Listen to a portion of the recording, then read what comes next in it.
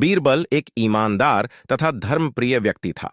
वह प्रतिदिन ईश्वर की आराधना बिना नागा किया करता था। इससे उसे नैतिक व मानसिक बल प्राप्त होता था।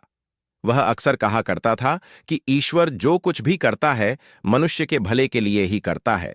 कभी कभी हमें ऐसा लगता है कि ईश्वर हम पर कृपा दृष्टि नहीं रखता, लेकिन ऐसा होता नहीं। कभी कभी तो उसके वरदान को भी लोग शाप समझने की भूल कर बैठते हैं। वह हमको थोड़ी पीड़ा इसलिए देता है ताकि बड़ी पीड़ा से बच सकें।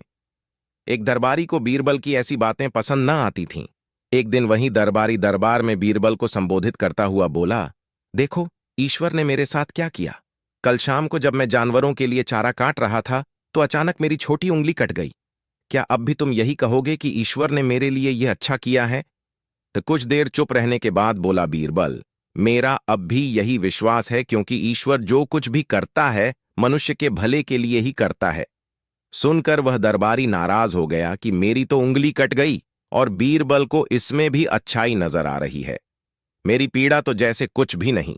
कुछ अन्य दरबारियों ने भी उसके सुर में सुर मिलाया।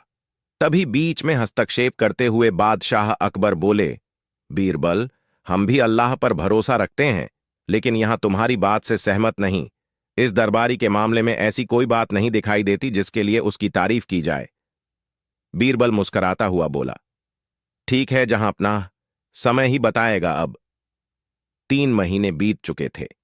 वह दरबारी जिसकी उंगली कट गई थी घने जंगल में शिकार खेलने निकला हुआ था। एक हिरण का पीछा करते वह भटक कर आदिवासियों के हाथों में जा पड़ा। वे आदिवासी अपने देवता को प्रसन्न करने के लिए मानव बलि में विश्वास रखते थे। अतः वे उस दरबारी को पकड़कर मंदिर में ले गए बलि चढ़ाने के लिए। लेकिन जब पुजारी ने उसके शरीर का निरीक्षण किया तो हाथ की एक उंगली कम पाई।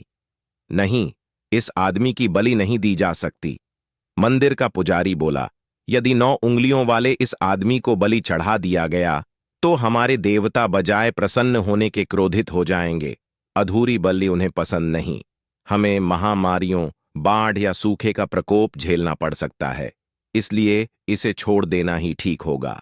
और उस दरबारी को मुक्त कर दिया गया। अगले दिन वह दरबारी दरबार में बीरबल के पास आकर रोने लगा।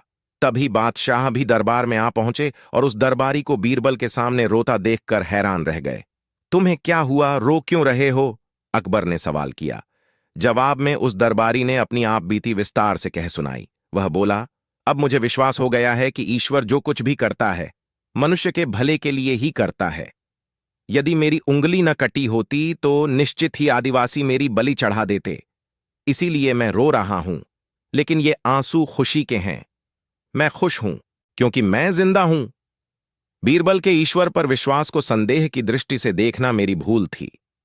अकबर ने मंद मंद मुस्कुराते हुए दरबारियों की ओर देखा जो सिर झुकाए चुपचाप खड़े थे। अकबर को गर्व महसूस हो रहा था कि बीरबल जैसा बुद्धिमान उसके दरबारियों में से एक है।